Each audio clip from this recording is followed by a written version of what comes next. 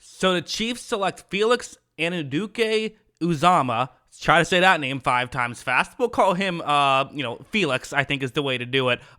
Listen, a guy who plenty of people do like as a first-round guy. He's someone who, every now and then this happens where I do my evaluation and someone just doesn't fully, I don't take a super deep dive on thinking they're not going to go in the first round, but then they end up doing it. Like Quay Walker last year was that guy where it kind of got that late hype. Felix is kind of another similar guy. Pick 45 on the consensus big board, but here at pick 31, the line between 45 and 31 isn't actually that big. There's a lot of prospects who are kind of in the same tier, so just get a guy who you like at this point.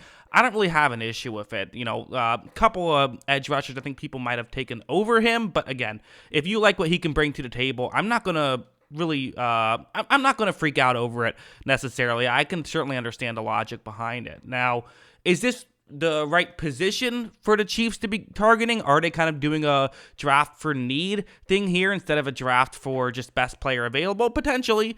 But again, you are in a position with the Kansas City Chiefs where you are, you just won the Super Bowl, right? So if you burned this pick and threw it in the trash, you're still okay because who cares? You won a Super Bowl. But, I do think that they wanted to make sure that they kind of take advantage of the window they are currently in to try and win more Super Bowls now. You think that you're going to be good for the next 10 years because you have Mahomes, and that very well could happen. But look at Green...